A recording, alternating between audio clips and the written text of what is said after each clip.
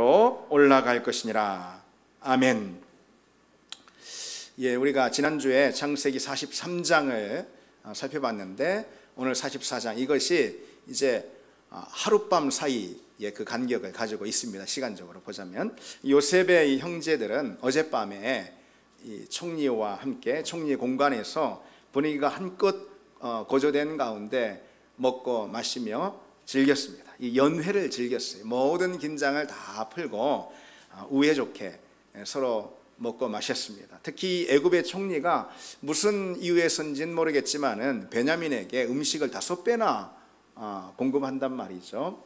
그래도 옛날 같으면 질시하고 뭐 그랬을 텐데 뭐 그런 일절 그런 것이 보이지 않죠.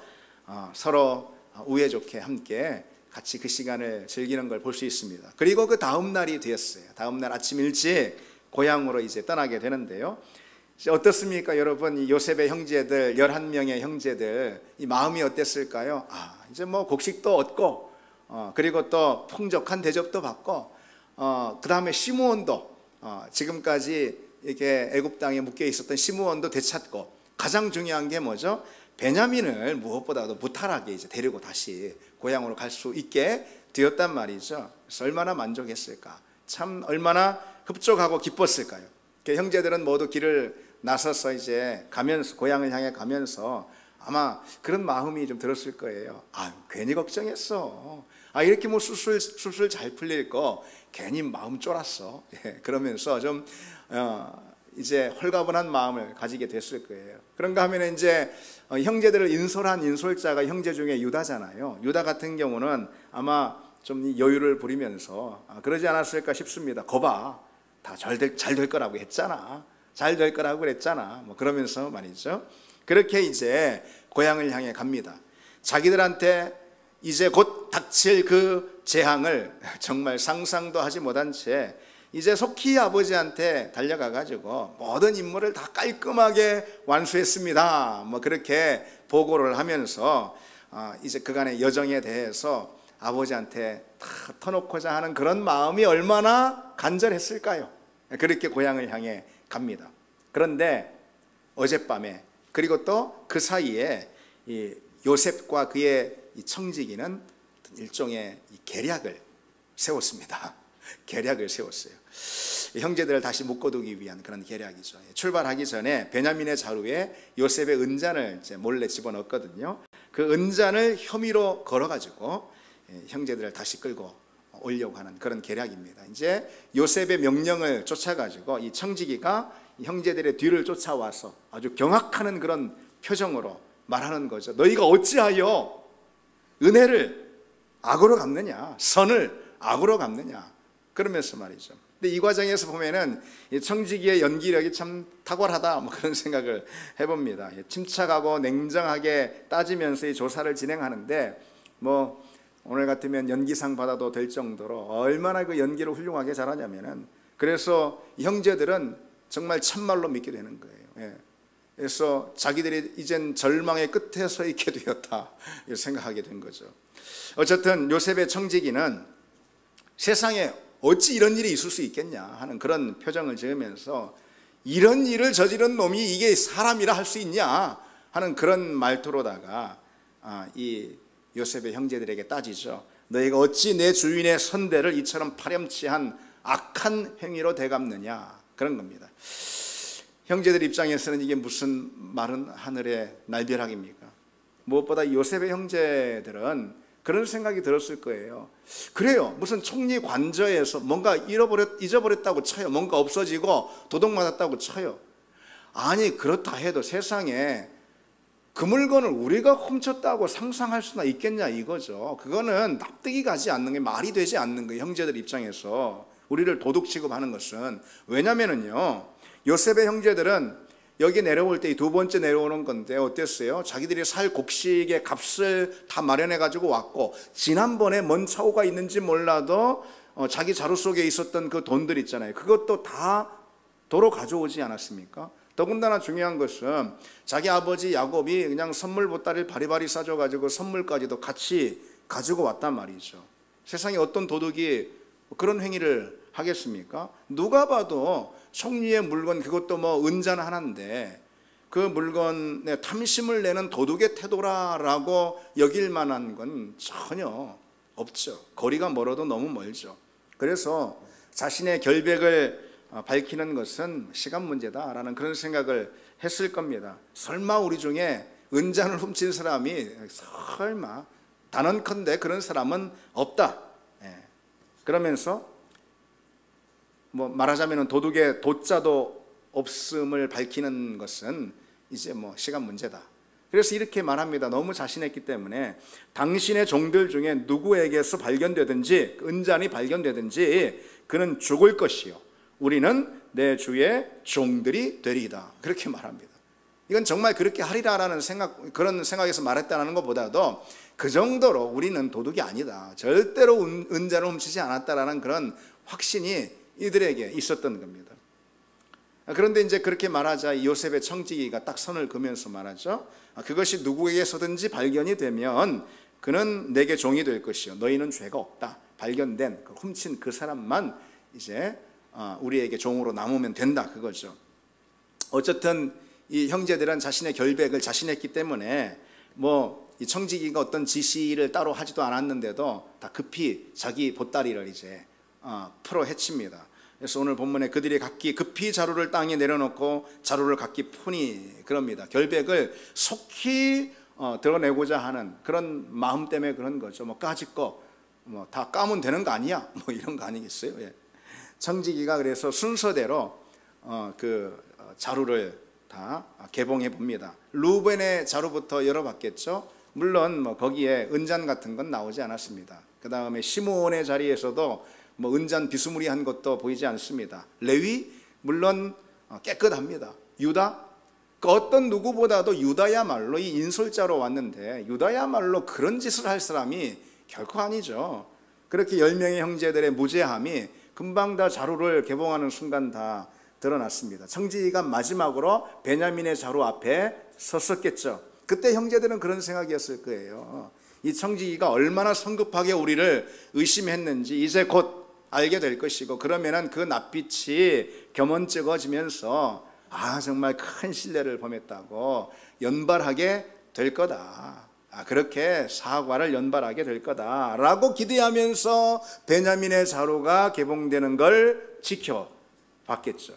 그렇게 자루를 열어봤는데 웬걸 세상에 까무러칠 만한 일이 일어나지 않습니까? 베냐민의 자루에서 은잔이 나오게 된 거죠. 뭐 요즘 그 유행하는 노래 가사처럼 말이죠. 네가 왜 거기서 나와? 은잔이 왜 거기서 나옵니까? 모두가 충격을 금하지 못하고 아연실색하게 됐겠죠. 감당할 수 없는 두려움에 휩싸여서 모두가 옷을 찢고, 유대인의 행위가 그렇죠. 감당할 수 없는 그런 괴로움, 그런 슬픔 맞았을 때 옷을 찢는 행위를 하죠. 옷을 찢고 슬퍼합니다. 옷을 찢고 슬퍼하는 이 대목에서 뭔가가 우리 기억을 스치고 지나가지 않습니까? 이 대목에서 떠오르게 하는 한 장면이 있죠. 여러분 기억해 보십시오. 요셉이 없어졌을 때 있잖아요. 실제로는 이 형제들이 요셉을 애굽에 팔았어요. 그때 20년 전에. 그것을 모르고 요셉이 짐승에게 찢겨 죽었다며 누가 그렇게 옷을 찢으며 슬퍼했죠? 아버지 야곱이 그랬잖아요. 아버지 야곱만이, 오로지 아버지 야곱만이 요셉으로 인해서 옷을 찢으며 괴롭게 슬퍼했습니다. 그 아버지의 슬픔을 참 못마땅하게 여기면서 말이죠, 아버지가 요셉을 잃은 슬픔에서 빨리 벗어나기만을 바랐던 사람들이 바로 이 형제들 아니었어요?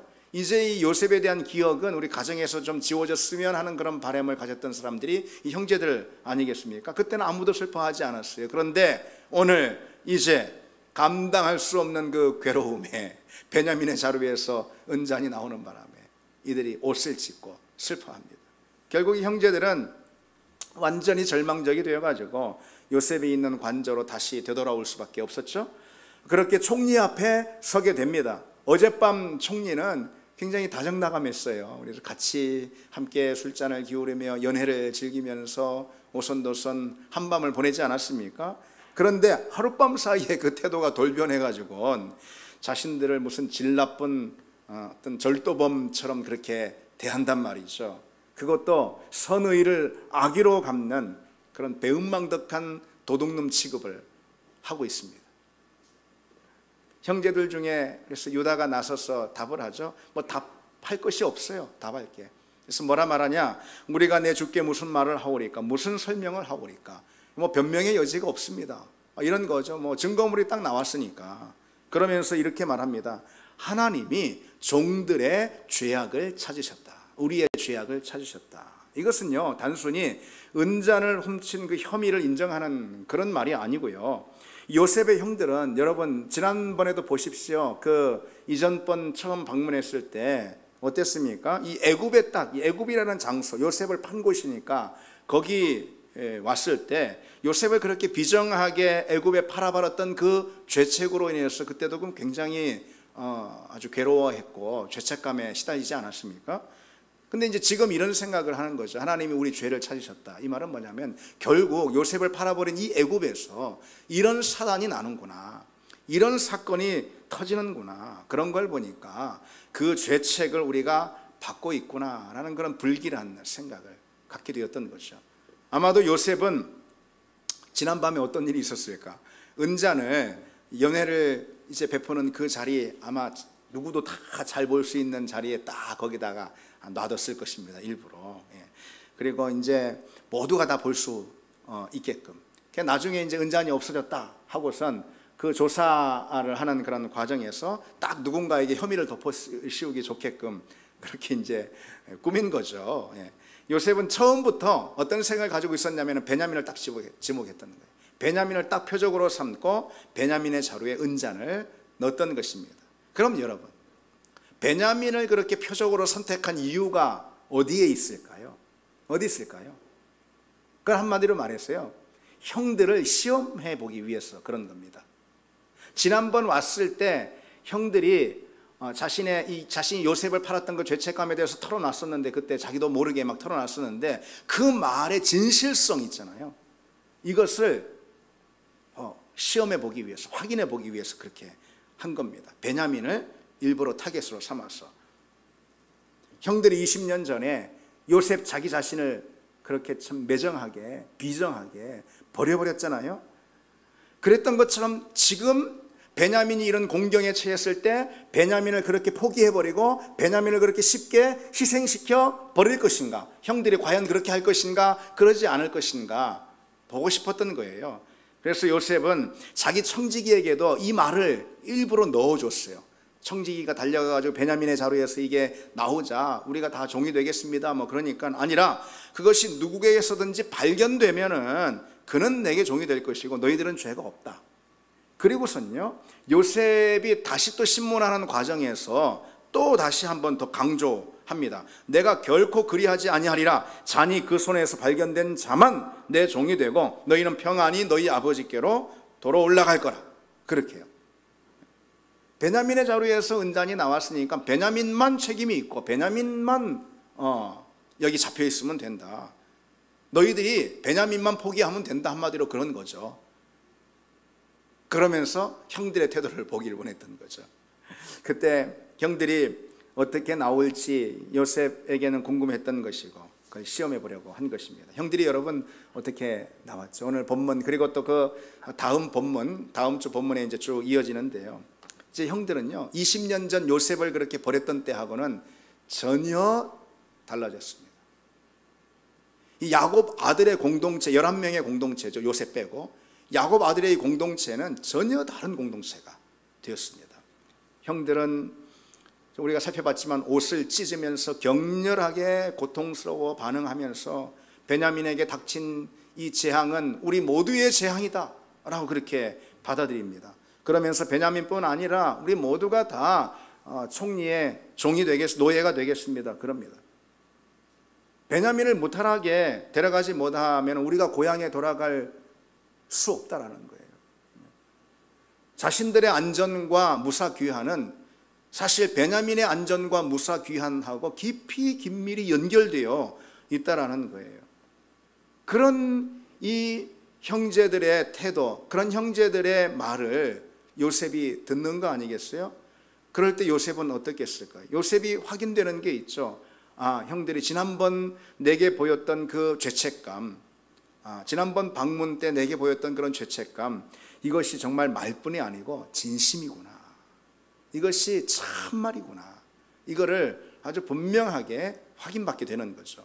요셉의 형제들이 이전 같았으면 여러분 어떻게 했겠습니까? 말해 뭐 하겠습니까? 불보듯 뻔하죠. 베냐민을 막 탓하면서 미워했을 것입니다. 너 말이지 그럴 줄 알았어. 너 찌질해가지고 말이 너 데려오지 말았어야 하는 건데 네가 늘 문제야. 네가 문제 일으킬 줄 알았어. 너 때문에 우리 모두가 이런 함정에 빠졌어. 그러면서 말이죠. 분명합니다. 그러면서 결국은 베냐민을 포기해버리고 자기들끼리 가나안으로 가자. 베냐민 희생시키는 거에 대해서 어떤 죄책감도 없었을 거예요. 그러나 이젠 그렇지 않습니다. 이젠 이 공동체가 달라졌어요. 이 형제들의 공동체, 가족이. 형들은 베냐민을 절대로 포기하지 못하겠다라는 거예요. 죽으면 우리가 죽었지 절대로 포기하지 못하겠다라는 거예요. 베냐민에게 닥친 이 화를 함께 지려고 합니다. 그것이 평생 낯선 땅에서 형제들 모두가 다 노예가 되는 거라 하더라도 절대로 베냐민만 따로 버려두지는 못한다라는 거예요. 결사의지로 베냐민을 지켜내려 합니다. 그거는 물론 베냐민을 제발 무탈하게 내게 다시 데려와라 라고 그렇게 신신당부한 아버지 야곱의 부탁 때문이기도 하지만은 꼭 이유가 그것만 있는 건 아니에요. 사실 핑계댈 것은 다 있잖아요. 베냐민의 자루에 그 훔친 물건이 나왔고, 그리고 그 총리가 우리는 돌아가라고 그랬고, 핑계댈 건 다 변명의 여지는 다 있단 말이죠. 그래서 꼭 그런 이유, 아버지의 그 간곡한 부탁 때문에만 베냐민을 이렇게 결사의지로 지키려고 하는 것은 아니라는 거예요. 이들은 20년 동안 요셉에게 행한 그 죄가 있죠. 그 죄가로 인해 지난 20년 마음의 고통이 너무 컸다는 거예요. 그걸 지울 수가 없었던 거예요. 이제 다시는 그런 일은 범하지 않으리라, 다시는 그런 일을 반복하지 않으리라 라고 마음먹었던 것입니다. 유다가 뭐라고 말하죠? 하나님이 종들의 죄악을 찾아내셨다라고 그러잖아요. 여기서 이 죄악은 은잔을 훔친 걸 말하는 게 아니라고 그랬죠. 이 유다는 확신하고 있었어요. 우리 중에 은잔 훔치는 사람은 없을 거다, 이런 확신이 있었을 거예요. 이 말은 뭐냐? 하나님이 우리 죄악을 찾아내셨다. 이것은 20년 전에 요셉에게 저지른 그 죄가 있죠. 이 죄가를 말하는 거예요. 그러니 이제 다시는 그런 일을 반복하지 않겠다라는 다짐이 나오는 거죠. 절대로 베냐민만큼 베냐민 홀로 이 재앙에 떠넘기지는 않겠다. 이게 형제들의 마음이었습니다. 여기서 알 수 있는 것이 무엇일까요, 여러분? 베냐민과 이 형들은 깊이 연대해 있다라는 거예요. 깊이 결속해 있습니다. 요셉은 형제들이 베냐민을 지키고 베냐민을 다시 데려가려는 그 강한 의지를 바로 이 장면에서 거듭 확인하게 되는 거예요. 그처럼 요셉이 형들의 이 진짜 마음을, 정말 내가 노예가, 우리 모두가 노예가 되는 일이, 내 인생을 포기하는 일이 있다 하더라도 베냐민을 지키겠다라는 이 확실한 그 진심 있죠. 그것을 확인하게 되는 순간 요셉은 어땠을까요? 이제야말로 정말 마음을 굳히죠. 어떤 마음이요?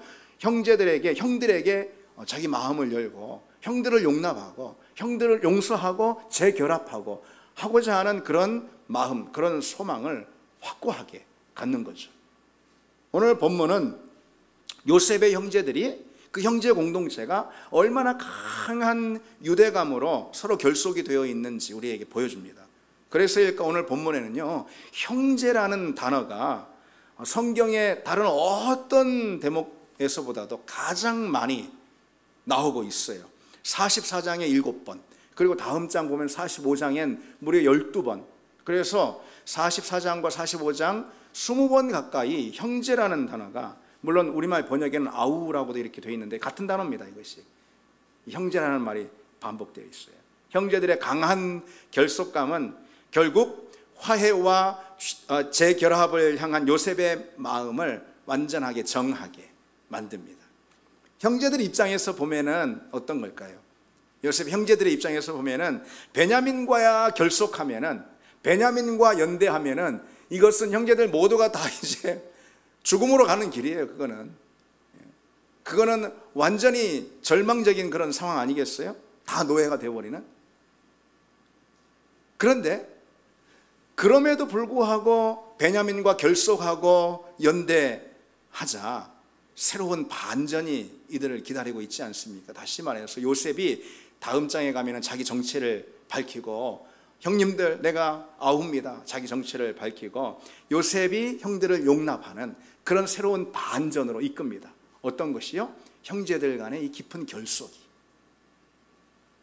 전에는 배다른 형제들이었어요. 다 배다른 형제잖아요. 어머니가 넷이나 되는 게 어떻겠어요? 정말 서로 질시하고 다투고 미워하고 반목하고 그것이 일상이었어요. 일상. 그랬던 그들이 이제 서로 하나가 되어 깊은 결속을 보여주고 있습니다. 이들은 베냐민에게 닥친 일을 곧 나에게 닥친 일이다, 그렇게 다 여겼습니다. 서로 짐을 같이 지려고 합니다. 형제의 실패가 내 실패다, 형제의 죽음은 곧 나의 죽음이다, 형제가 살아야 나도 산다. 그런 이 공동체의 결속, 그런 결속감이 아주 강하게 이 형제의 공동체를 묶고 있습니다. 여러분 생각해 보십시오.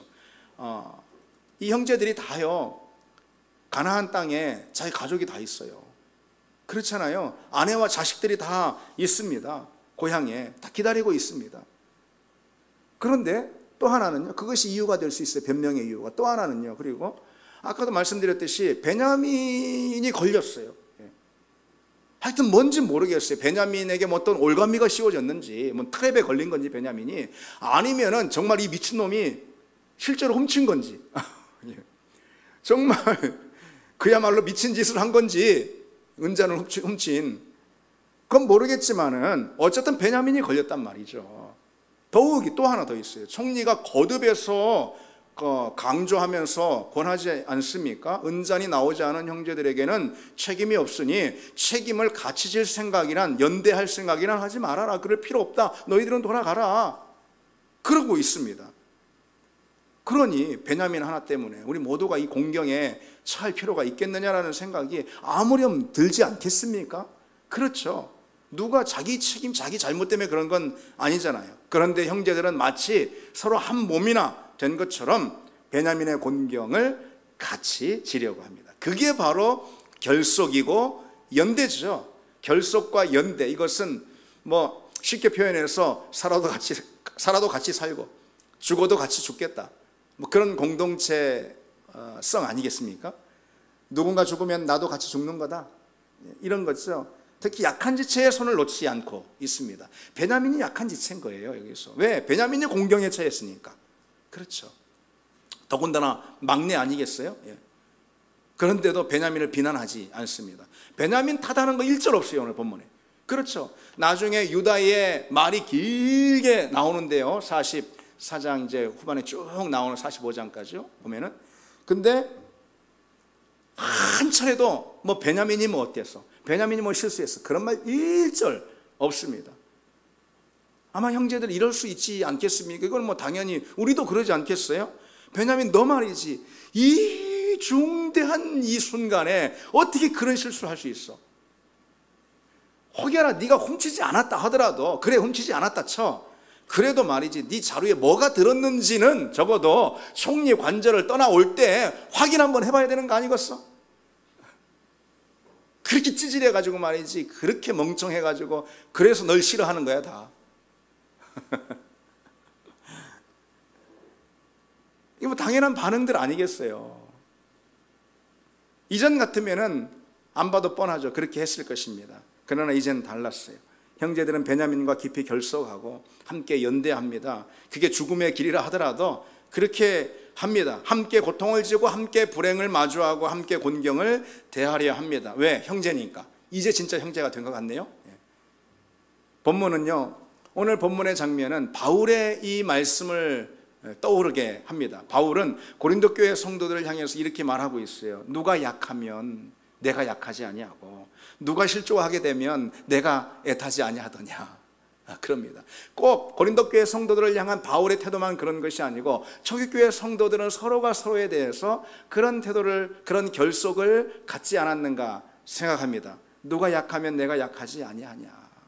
누가 약한 지체에 있고, 누가 곤란을 만나고, 누가 어려움 당하고, 누가 쓰러지고 실족하고, 그러면 나도 함께 애타하고 함께 나도 약한 몸이 되지 않냐. 왜? 그리스도의 몸이라는 교회 공동체 안에서 같은 지체로 있으니까 어떤 지체가 아프면은 다른 지체도 아픈 거죠. 몸이 아픈 거니까 내가 약하지 아니하냐라고 그렇게 고백하고 있죠. 그런 마음은 우리가 서로 결속이 되어 있다라는 이 결속감, 이 연대감에서 나오는 법입니다. 여러분, 교회가 그런 교회 되어야 하지 않겠습니까? 가정이 그래야 하고, 그리고 또 확장해서 보면 사회도 그런 사회가 돼야 하겠죠. 사회도 마찬가지예요. 약한 사람, 또 곤란을 당하는 사람과 연대하는 그런 마음이 있어야, 어느 정도 조금이라도 있어야, 그래야 뭐 사회에 뭐 많은 걸 기대하진 않지만 그래도 있어야지 그게 사회가 지탱이 되고 또 유지가 되는 법이고 또 건강한 사회다라고도 말할 수가 있겠습니다. 지금 이제 우리 사회에 코로나 확진자가 쏟아지고 있습니다. 지금까지 올 한 해 수만 명이 쏟아지고 있어요. 그런데 여러분, 이 사람들 코로나 걸려가지고 이제 치료받는 과정에서 뭐 투병 생활하고 그리고 또 회복이 돼가고 뭐 그럽니다. 그 과정도 뭐 사람에 따라 좀 차이가 있겠지만 무증상자도 뭐 있으니까요. 그런데 어떤 사람은 굉장히 힘들기도 하고 어쨌든 고통 가운데 그 치료의 과정들 지나는데요. 이 사람들 이야기를 이렇게 들어보면은, 이제 신문 매체 통해 들어보면은 그 코로나 투병 그 기간 그리고 또 치료 과정들이 힘든 것보다도 확진됐다라는 그 사실, 코로나 확진자다 내가, 이게 너무 힘든 거예요.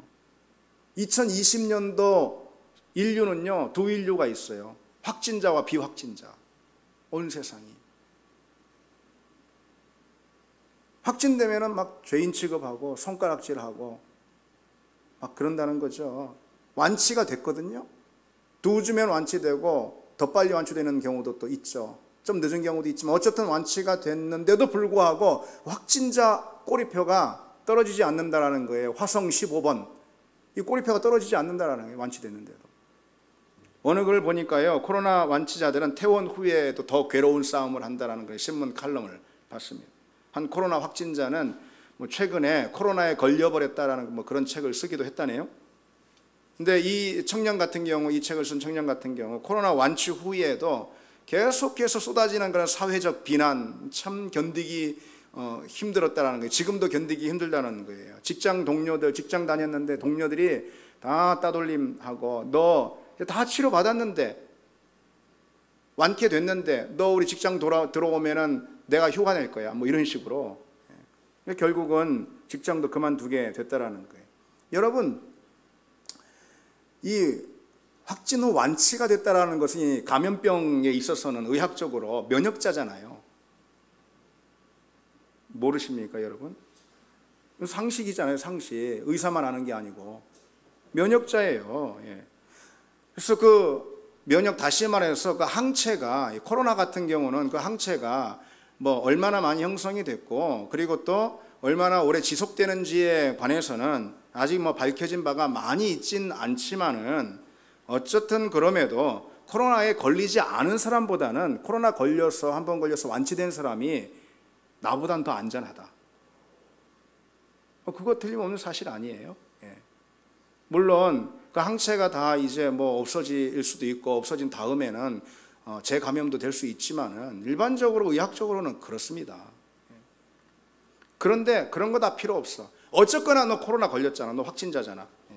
그러면서 비난을 합니다. 일단 확진이 되면 확진자들에게 전화가 막 빗발치게 쏟아진다고 합니다. 막 직장이든 동료든 막 하면서 어쩌다 그랬어. 조심 좀 하지 그랬어. 하면서 말이죠. 칠칠 맞게 다녀가지고 코로나나 걸리고 말이지. 실제로 그런다라는 거예요. 대놓고 그러기도 하고요.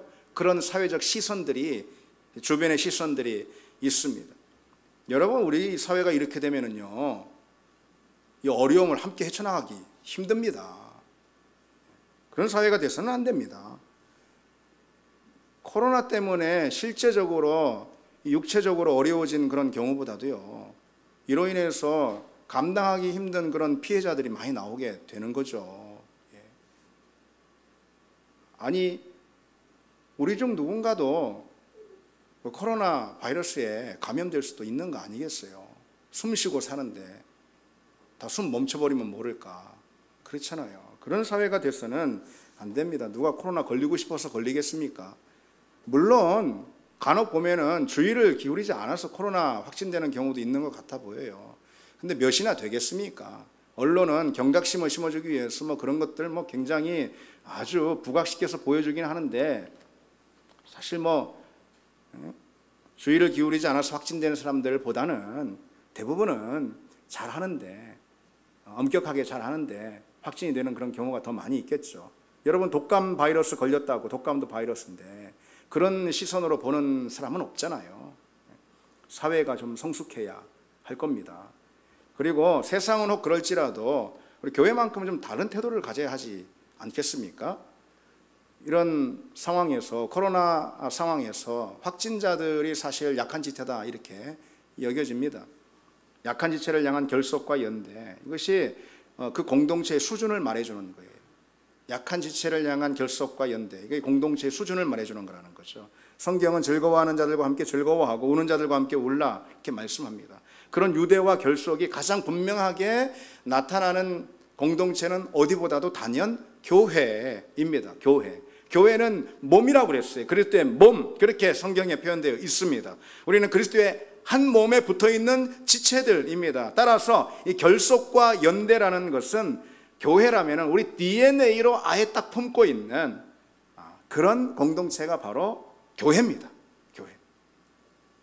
우리 교회가 그런 교회가 되길 원합니다. 아니, 이미 그런 교회인 줄, 그런 교회로 불러주신 줄 믿습니다. 결속과 연대의 DNA로 함께 공동체가 된 그런 교회로 불러주셨다라는 것이죠. 그래서 곤경에 처한 사람 버리면 안 됩니다. 약한 지체 끌어안아야 하는 거죠. 그리고 교회 전체가 어떤 풍랑과 어려운 문제를 만날 수도 있죠. 우리 교회도 지금 8년의 세월을 우리 교회가 태어난 지 오고 있는데 뭐 왜 어려움이 없겠습니까? 우리 교회가 맞는 어떤 환난과 어려움이, 곤궁한 상황이 있을 수 있어요. 그때 온 성도들이 배를 버려버리고 그러면 안 되잖아요. 온 성도들이 또 함께 결속하고 연대해서 교회를 섬겨야 할 것이죠. 그리고 그 혜택은 우리가 또 고루 받게 됩니다. 그런데 여러분, 그와 같은 결속과 연대, 이것은 무엇이 가져오는가? 그 결속과 연대는 무엇이 가져오는가? 우리 간단히 두 가지만 좀 생각해 보겠습니다. 여러분 기억하시기 바랍니다. 첫 번째로, 자주 함께하는 교제가 결속과 연대를 가져옵니다. 가까운 이웃이 먼 친척보다 낫다라는 그런 말 있잖아요. 이런 이야기가 있습니다. 어떤 형제가 한 자매를 사랑했다라는 거예요. 형제가 용기를 내가지고 자매에게 사랑 고백을 했는데 이 자매가 아직 준비가 좀 안 돼 있는 것 같아요. 마음의 준비가. 그래서 형제는 한 주에 한 번씩 이제 사랑의 마음을 담아서 편지를 쓰기로 했습니다. 계속해서 몇 달간 한 주에 한 번씩 편지를 썼는데 이 자매의 별다른 반응이 보이지 않아요. 그래서 형제는 이제 또 독한 결심을 하고서 내가 매일같이 사랑의 마음을 담아서 편지를 쓰리라 해서 매일같이 편지를 썼습니다.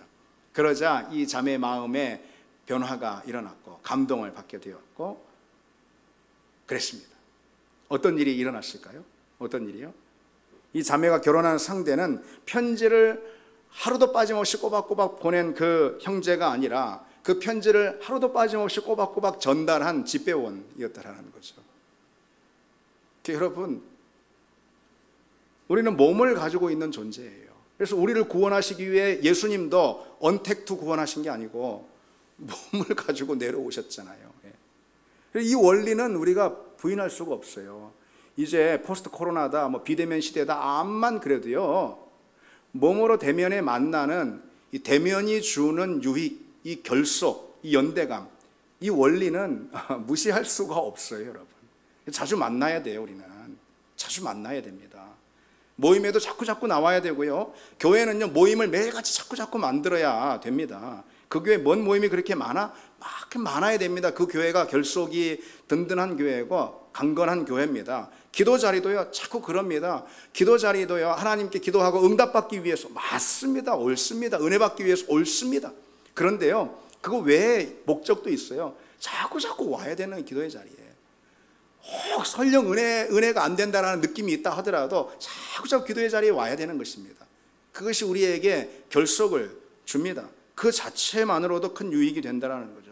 섬김의 자리, 사역의 자리, 헌신의 자리 역시 빠지지 말아야 하는데 그 섬김이 가져오는 어떤 결과들 있잖아요. 열매.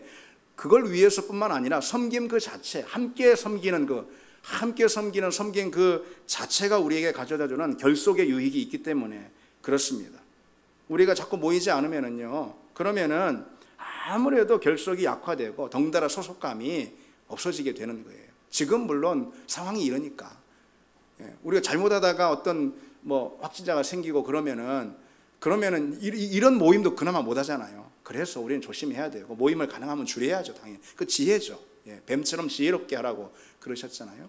그러나 이 분명한 원리, 모여야지 결속이 된다라는 이 분명한 원리는 우리가 부인할 수가 없습니다. 모이면서 같이 교회가 겪는 어려움도, 눈물도, 기쁨도, 고난도, 영광도, 수고도 다 같이 할 수가 있게 되는 것이고, 그런 것들은 다 모여서 결국 한 교회를 만들어가는 거죠. 저희 교회 성도들은 그런 깊은 결속과 유대감을 가지고 있었어요. 바울이 빌립보 교회 성도들에게 이렇게 말하고 있습니다. 나와 함께 은총을 나누어 받으며 고생을 같이 해왔다. 너희들이 나와 함께 은혜도 같이 나누고 고생도 같이 받았다. 그게 교회인 거예요. 그게 신앙의 공동체인 겁니다. 우리가 서로가 서로에게 이게 확인돼야 돼요. A 집사님과 B 집사님이 당신이 받은 은혜 나도 받고 있는가? 같이 서로 은혜가 공유돼야 되는 뿐만 아니라 심지어 당신이 받은 고난의 흔적이 나에게도 있다는 말이죠. 우리 교회를 통해서 주어진 그게 어떤 거든 환난이든 고난이든 그 흔적이 같이 서로 있을 때 그게 우리 교회를 결속하고 강건한 교회, 든든한 교회로 만들어 갑니다. 두 번째로 무엇이 우리를 결속시켜 주는가? 그것은요, 공동의 목적과 비전에 대한 헌신입니다. 그것이 우리를 한 가족, 한 공동체로 결속을 시켜줍니다. 왜 간혹 그 팀워크가 좋다라는 그런 말 하잖아요. 근데 그 팀워크가 좋다라는 말은 팀원들 간에 사이가 그냥 좋다 이런 뜻만을 말하는 건 아닙니다. 그보다 더 중요한 게 있어요. 팀워크에서 더 중요한 건 뭐냐? 그것은 우선적으로 공동의 목적에 대한 헌신의 태도, 이것이 모두 공유되어 있는 게 이게 더 중요합니다. 유명한 경영 컨설턴트인 켄 브란차드라는 사람은 이 팀워크 향상의 비결에 대해서 4가지를 제시하고 있는데요. 그 중에 가장 강조하는 우선적인 첫 번째 사항이 바로 이겁니다. 목적의식과 가치와 목표를 공유하라. 이것이 팀워크를 향상시켜준다. 그겁니다. 목적의식과 가치와 목표를 공유하라. 이거죠. 하나님께서 우리 교회 가운데 주신 비전, 한 공동의 목표 있죠. 이것을 향해 함께 한 마음으로 달려가는 이런 우리 교회가 될 때 그것이 이제 말씀을 통해 기도를 통해 내재화돼야 되겠죠. 그것을 통해 우리 교회는 결속하는 공동체가 되고 모두를 살려내는, 결속을 통해 모두를 건져내고 모두에게 손을 잡아주는 그런 강건한 공동체가 될 수가 있습니다. 종종 교인들 가운데는 어디 좋은 교회 없나라고 이렇게 찾는 사람들이 있을 수 있습니다. 그 심정은 충분히 이해가 갑니다. 여러 가지 또 이유가 또 있을 수가 있습니다. 그러나 여러분, 이 사실은 분명하다는 거예요. 내 자신이 그 어떤 교회든 말이죠, 그 교회의 비전에 함께 헌신하는 그런 태도가 없을 땐 내게 좋은 교회는 결코 찾을 수가 없다라는 거예요. 아무리 좋은 교회라 하더라도요, 모두가 다 좋대. 그래서 그 교회에 갔어. 그런데 어떤 사람 같은 경우는 그 교회의 비전과 그 교회 공동의 목적에 내가 뛰어들고 내 삶을 던져놓고 함께하지 못한다면은 아무리 좋은 교회라 하더라도 모두가 좋게 경험하는 그 교회의 경험을 나는 할 수가 없게 되는 겁니다.